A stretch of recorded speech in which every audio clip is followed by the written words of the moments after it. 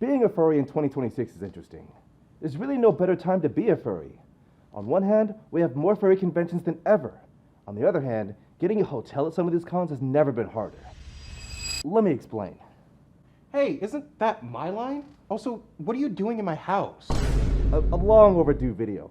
Why don't you pull up a oh, sorry. Why don't you just have a seat? Okay. Over the past decade, there's been a tremendous rise in the number of people attending cons, which is great. Looking at WikiFur, it's almost surreal to see Anthrocon pushing 20,000 attendees. But that comes at a cost. We're now at a point where cons are struggling to meet the demands of that overwhelming growth. It's one of the few reasons why Anthrocon announced an attendance cap. Think of it this way. Every year, more people join the fandom. In turn, more people go to cons. But typically, con hotels still have the same amount of rooms from year to year. So we have an increase of attendees, but the same amount of hotel rooms. Which explains why it's so hard to get a room, and why you'll often see con hotels sell out within a minute or less. For some cons, it was already hard getting a room a decade ago. Alright, that's enough. Move over. Oh, okay. Furry convention growth is such an interesting topic, one that's a lot more complicated than it might seem, which is actually why I like talking about it so much. On the surface, it's very easy to see the bigger attendance numbers and go, cool, the fandom is growing. And in a lot of ways, it is. More people going to furry conventions means more people finding the fandom, more artists getting commissions, more performers getting larger audiences, more charities raising more money, and at the very least, more people finding friends, relationships, careers, and a place where they can just be themselves for a weekend. I don't want to downplay that. Those are all objectively awesome things that conventions provide. Also, not for nothing, there's something pretty validating about seeing furry conventions get this big. For a fandom that spent a long time being treated like this weird internet subculture that people mocked from a distance, seeing cons fill convention centers and bring thousands of people into a city feels like proof that the community is not some tiny niche thing anymore. However, the downside to all of this growth and opportunity is more pressure. More attendees mean more demand on hotels, as we've already discussed, more crowded spaces, longer lines, more expensive trips, more strain on volunteers, and more chances for things to go wrong. And all of these new pressure points change the feelings of conventions quite a bit. It allows smaller cons to feel like everyone is sharing the same weekend together, but if more people find those smaller cons, they start to become not so small cons anymore. Bigger cons can still be amazing, but these days they can also feel like everyone is competing for pieces of the experience. And funny enough, a lot of that competition starts before the con even begins, since we're all starting to compete for hotel rooms and registration. But even at the con, there's competition for what panels to go to, what to explore outside of the convention, and especially competition for times with friends, who are all making the same set of competitive choices. Now again, I don't think the answer is growth is bad, because it's not. Growth means the fandom is alive. It means people still care enough to show up. But growth also means we have to change our expectations about conventions. Which is why these days, the way I think about the future of conventions is this. How do we keep that growth from crushing the things that made people love conventions in the first place? But yeah, that's all I had to say about it. Let's see what Ronnie has to say. Yeah, I have a couple things. Not you, the other Ronnie. Oh, sorry. Man, I missed out on another main hotel, and Reg sold out as well. It's getting harder these days to get to a furry con.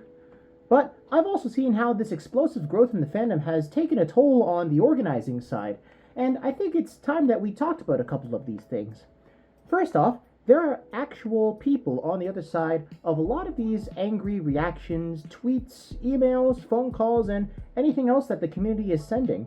I've been on the front line of these moments along with countless other con staff, and every time that there's something of a overly negative reaction that happens, it really just damages the people and the conventions that are trying their best to help you.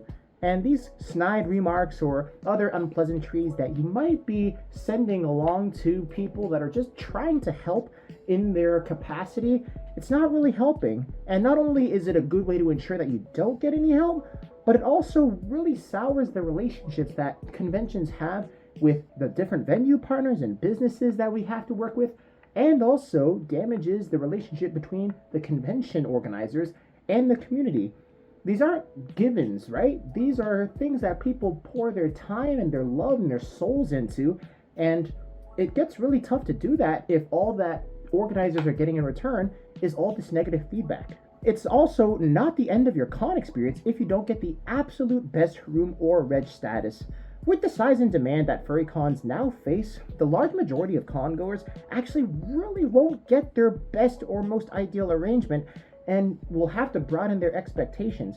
It might not be ideal, and I've had my fair share of less than ideal arrangements going to cons over the past 15 years, but the more you change your expectation to, I'm just going to get a room and a registration and I'm still gonna have a good time, rather than just being stuck on the main or bust mindset, the better your convention experiences overall will actually get. And trust me, it's not like you can't see your friends if you're not staying at the main hotel. Just means that you gotta walk or take the shuttle. And speaking of which, a lot of conventions are now organizing shuttles so that convention attendees don't have to walk back to their hotels at the end of the day. It's a free service for the attendees, and conventions spend a lot of time and planning and money to make this happen for you. Finally, an important thing to understand, furry conventions are run by furries for furries. We do partner with a lot of outside business partners or housing partners or people that help us provide these services in advance. But if you want to see these events thrive and grow, you have to continue supporting the people that are putting their personal lives, their jobs, their finances, and well-being to, you got to help them out, right? You got to be kind. This community is founded off of the kindness and the willingness to be the positive support pillars for each other, not by tearing into conventions or people that run conventions and basically showing that you're not actually really appreciating the kind of selfless volunteer efforts that they're putting in. I get it. It's annoying when things like this happen and you can't get what you want exactly how you want it.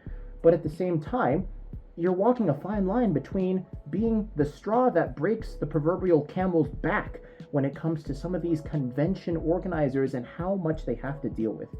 So the future of the furry fandom really depends on the kindness that our current generation shows to convention organizers, to staff, to volunteers. And it really isn't about who gets the best hotel room or who gets to throw the biggest party. And if you see something that you can help with, I encourage you to volunteer. Step up and try and be part of the solution, not the problem. Use some of the energy, use some of that passion that a lot of folks demonstrate online when it comes to saying, how can we make this better? How can we provide a different solution? What can we do to make a good come out of all of this bad? So go out and make the difference that you want to see in the world. TLDR, be good noodles to each other. That's how you keep both furry conventions and the furry community alive. Thanks for listening.